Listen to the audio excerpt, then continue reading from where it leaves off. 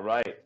FightHype.com, Sean Zattel here with one of the best young fighters in all of boxing, Joey Spencer. Joey is 7-0 now, 6 knockouts, fresh off a win over Osias Vasquez, which Sure. was before a national television audience Sure. on FS1 on Fox Sports Network 1. Um, it was the first time you went the distance. How'd you Yeah, feel about the fight overall and your performance?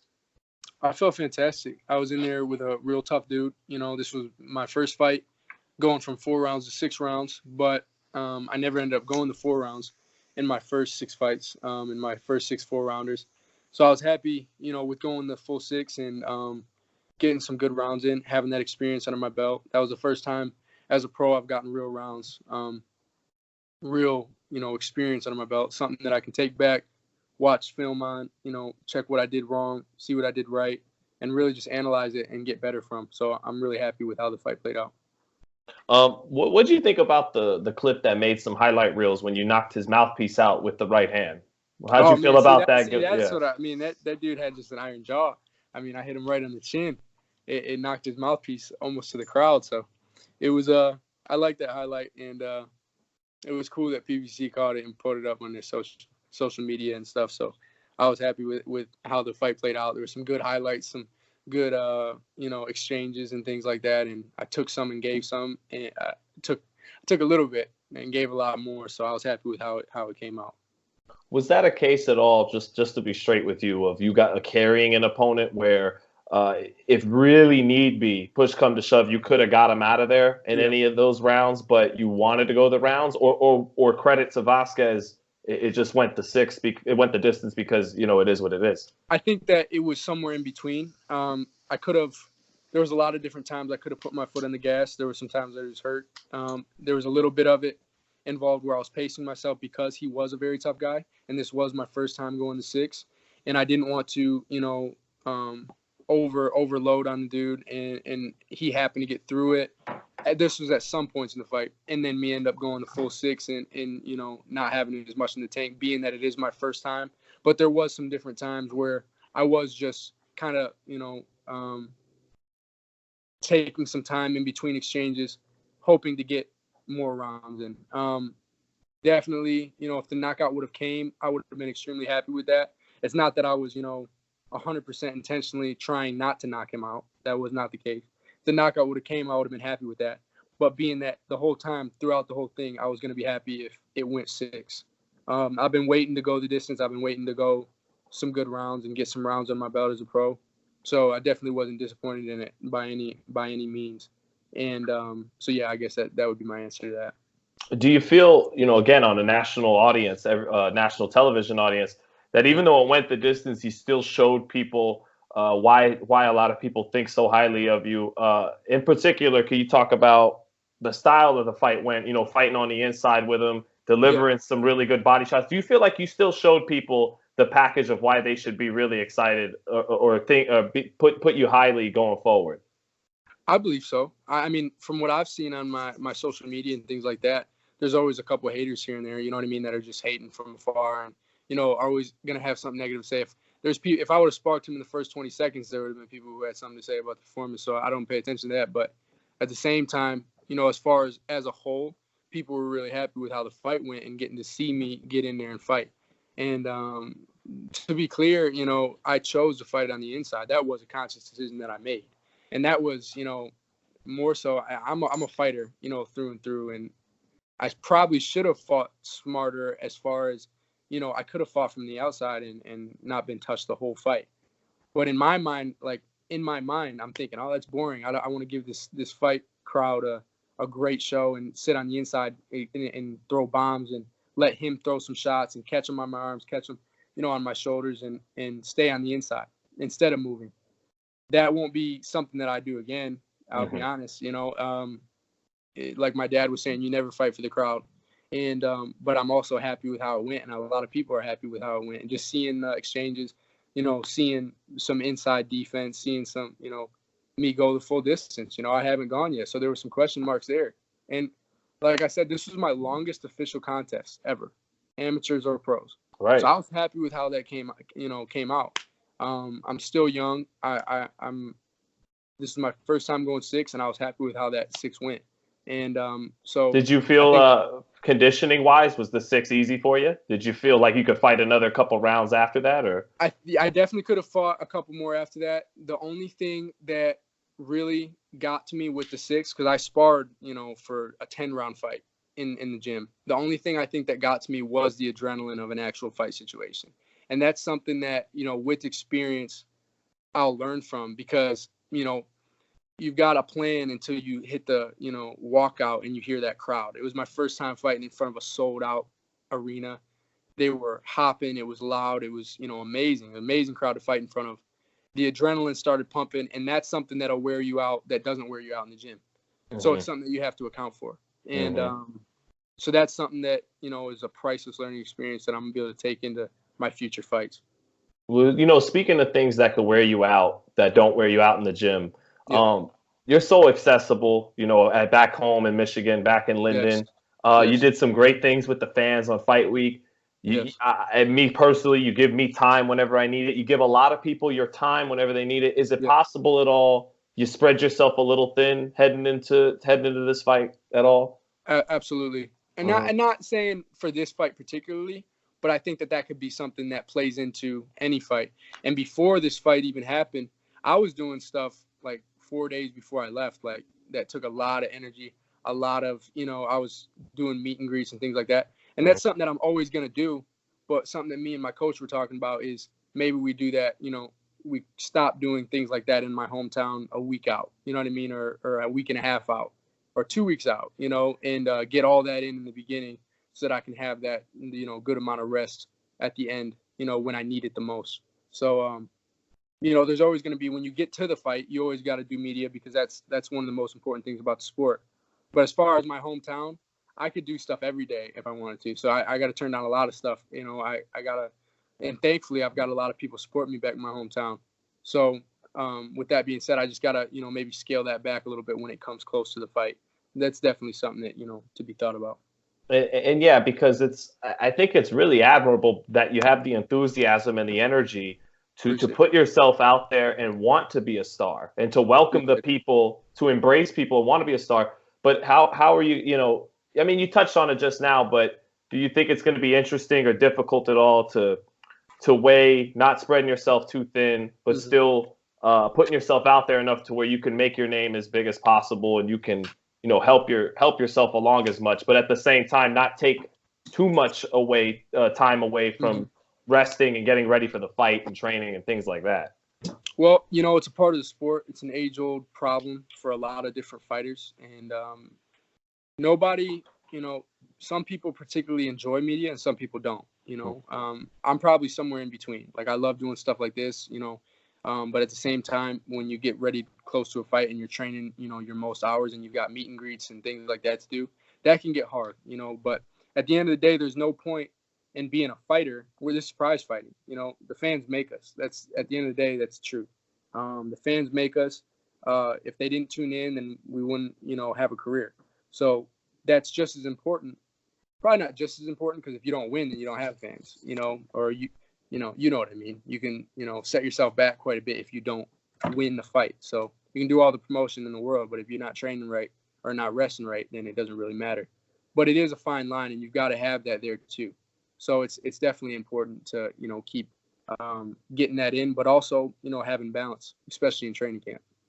Yeah, I mean, it's a fine line, like you said, because sometimes there's other guys who fight great, but because they don't talk and they can't connect, then, so it's both ways. That's a good point, definitely. But talking about, you said there's always one or two critics, but I think your most famous critic already is Ray Boom Boom Mancini. That's not to knock Ray, but it was funny because he wanted you to face a tougher guy.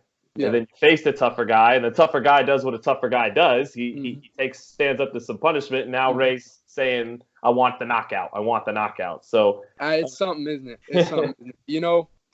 I've got nothing bad to say about Ray Mancini at all. He's someone that, paved the way for all of us fighters, and at the end of the day, I respect his opinion. It is something to be said about when somebody wants better opponents, but and wants you to move up to 6 rounds, which was the exact thing that was said at the end of the last fight. And then I move up to 6 rounds, and exactly what happens, what was supposed to happen happens, outside of, maybe a 4th round knockout or 5th round knockout. And then we need a knockout. This was a tougher opponent. This was a step-up fight. You know what I mean? People are discrediting that. This was a step-up fight. Just look at the record. You know what I mean? He's 4-2 with 2 decision losses. So it was a step-up fight as far as he was gonna be tougher. You know what I mean? Mm-hmm. Than the other dudes are. That have losing records and been knocked out 4 times and things like that. Those are the guys you're supposed to start your career with. But this was a step-up fight, and he did what he was supposed to do, and he came in there and was tough and didn't lay down, and I was happy with that. He's entitled to his opinion. At the end of the day, though, he's a fighter. He should remember, how it was for him when he first started out, because it wasn't much different. Well, it's funny you said that, Joey, because I love Ray Mancini, but shout out to the former lightweight champ. But the guy who he doesn't like to be mentioned, but the founder of FightHype, he texted me during your fight, and he goes, "Man, it's funny Ray keeps saying that, because he box wrecked Ray, and when Ray Mancini was 7-0, he fought a guy who was 0-5." I mean, and it's not the throw, but it's like you said, everyone's been there. Yeah, like I said, that's not me saying that to disrespect Ray Mancini. I'm just saying guys like him who are in a position, like guys like Andre Ward, are the ones who reach out to me and say, all part of the process. Good rounds, getting those rounds in. You know what I mean? On to the next one. That's the type of thing he says. You know why? Because he was there at one point. He had all the criticism at one point. He had criticism about not having power, about fighting bums, about, being a hype job, coming out of the Olympics, all that. So he knows exactly what it is. Ray Mancini, he should know this is the process. I guarantee you, if Mike Tyson was sitting there, he wouldn't say, "Oh, he's fighting bums. He needs to fight better opponents." Because you know what he would say? Well, I had the same process. I fought 10, 15 dudes like this, 20 dudes like this, you know what I mean? Mm-hmm. Or 10 or 15 maybe, when I was at the beginning of my career. And so did Floyd, at the beginning. You know what I mean? So did, and a lot of these guys didn't turn pro as young as me either. Right. So you got to take that into consideration. You know what I mean? So I'm developing as a pro. And I'm not just developing as a pro, I'm developing on national TV.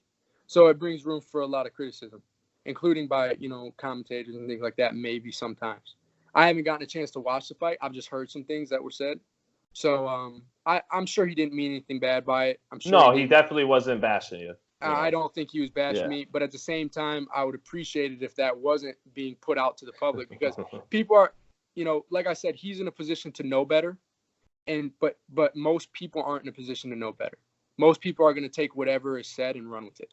You know what I mean? Yeah. That's what, they're like sheep. They just hear it and then they go with it. And then now all of a sudden it's the popular knowledge. It's just, we got to inform the boxing fans. The boxing fans need to be informed of what actually goes on, because they don't, get in there and deal with what we deal with on a daily basis.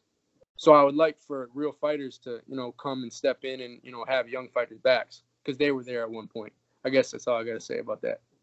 Right. But in a way, maybe you could take it as flattering, because you're already being placed with the burden of expectation. Right. We don't place expectations on people that we don't think highly of. When I heard Ray Mancini was saying that, it was almost a compliment to me, right, in my mind, because he's saying that, I'm worthy of that. And I'm worthy to fight better opponents, or to face criticism, or to have high expectation. And so it doesn't bother me from that standpoint of what he's saying. I just think he should keep in mind what people are going to take that as and run with that as. Oh, right. That's what I'm saying. Right, you know what I mean? Right. Now, if he said that to me personally, I would say, man, I appreciate that. I appreciate that as a compliment. But him saying that on national TV in front of a bunch of people who don't know boxing, in front of my, supporters who are saying, oh, wait, he needs to be fighting higher competition. Like, you know what I mean? But they never thought of that before. You know what I mean? And people just you'd rather maybe them focus on the beautiful combinations and body shots. Right. People a little bit more of that. Yeah. It's sad to say, but a lot of people are followers. They read comments and then they say, oh, I'm going to say that next, because I have a talking point now. I have something that I can say that makes me act like I know boxing. But they don't know boxing. If they didn't know boxing, they wouldn't say that stuff. Not saying, I'm not talking about Mancini. I'm talking because he does know boxing. You know what I mean? I'm talking about the fans who just take and run with whatever they hear. You know what I mean? Narratives. Yes, exactly. Rather than really breaking something down, it's just an easy narrative. Gotcha. Exactly. The type that the Danny Garcia cherry picker and the Amir Khan chin stuff. You know what I mean? Like Floyd's a runner. Exact, or Floyd's a runner. Like, okay, come on, change the record, man. Come up with something different. Actually debate the sport, debate boxing, have good talking points that aren't just, oh, you obviously read that somewhere and now you're going to take it and run with it. You know what I mean? I think it's, Right. Gotcha. So to close on last Saturday, that's now last Saturday night, and being 7-0, the performance you had, what do you think, if any, what gets better your next performance? What'd you learn from this fight? I know you said in general just going the distance, but what'd you take from this fight, and what do you think looks better in your game next fight? I think what looks better is I think I'm going to look a lot more relaxed and conditioned in my next fight. I'm actually going back to fight July, I think 14th, in the same arena. I've got experience with the arena and the crowd now against a real opponent, or against an opponent that's going to take some punches. So I'm going to go in there and you're going to see a more relaxed fighter, placing my shots, pacing myself a little bit more, and letting the knockout come, and hopefully getting that stoppage, somewhere in the middle of the fight. I think that's what you see different, just more calm and composed. And if I need to, I'm going to box technically and pot shot and use my defense and things like that. And I just think you see a slightly more seasoned version of me. Yeah, because you mentioned earlier about adrenaline affecting, because it did seem that I think that's why I asked you earlier on, was there any point at will you could have got him out of there? Because it seemed like you didn't trust your conditioning to just go all out, being the first time 6 rounds and stuff like that. Right. And I think adrenaline definitely had the most to do with that. So, but that's something you get used to. And I know now. I know it. I feel it. Like, even just thinking back on it, like, that's something that now I recognize. I'm going to recognize going in. You can't do it until you know it. Until you know it, you're not going to expect it, And I've felt that adrenaline in past fights because I've been in front of some great crowds. Even when I fought in New York, and I fought here in front of this crowd before, but those guys went down, in seconds. So now I know what to do against somebody who doesn't go down in seconds against that adrenaline, and it's just going to be a totally different situation. And I'm looking forward to getting back in and doing my thing and just being a more well-rounded. Every time you get in the ring as a pro, you're going to become a more well-rounded fighter. I've got the talent and I've got the skill. It's just all about, seasoning. It's just about seasoning. And how'd you feel defensively in the fight and going forward? Like I said, I haven't watched it. I felt like, honest, I didn't feel his punches, and that's why I was able to sit in and just put my hands up and let him. I was just trying to wear him down and let him run into a good liver shot or head shot. Throw some wide shots and me come in between and hit him with a good, shot in between and lay him out. And I was able to do that because I didn't really, I wasn't feeling the shots he was throwing. So I felt like, I was able to just put my hands up and let him, attempt to get a shot in. And he got a couple in. And when he did, I didn't really respect his power too much. Yeah, because that's the thing. That's kind of even what Jamal Charlo was saying. It's like he's giving him them shots on the inside. I definitely was. But, that might sound cliche, but truly, I was giving him shots because I felt like his conditioning wouldn't last and he would run into something.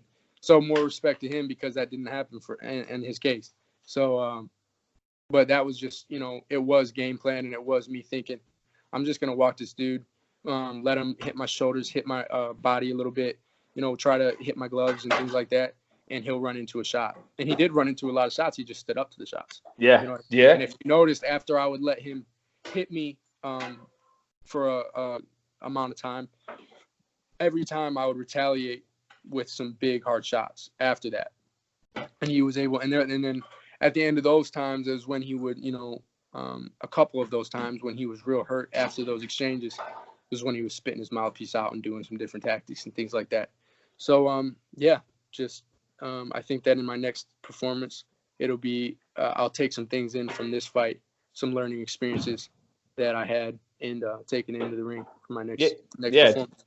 Because just from listening to you, I get a lot of insight about it, understanding even a guy who had tons of amateur experience has sparred with top guys, that getting in the ring for an actual professional fight on national TV Exactly. is, that, and Exactly. you explaining that you're not really taking punishment on the inside, you're kind of giving him opportunities so you get your Right. own, and so I really appreciate you just breaking, and then also you breaking down that next fight you might do some stuff on the outside, because Exactly. that you're capable of, and it might not, it might Exactly. be some pop shots on the outside and things like Yes. that. It might not just Yes. be on the inside, Exactly. fighting on the inside next time. Exactly. So just Exactly. Yeah, definitely. There's a lot of things. I love when, as far as we go back talking about critics, I like when they act like they've got it all figured out. Like when they've got me all figured out. You don't know half of what I bring to the table. You know what I mean? And so that's why I'm just like, I just sit back and grin, because the narrative can change in one fight. You know what I mean? And the narrative can, you know what I mean? Even their narrative, you know what I mean? Even the biggest critics' narrative, they can become believers in one fight. You know what I mean? And people like that, their opinions always changing. You know what I mean?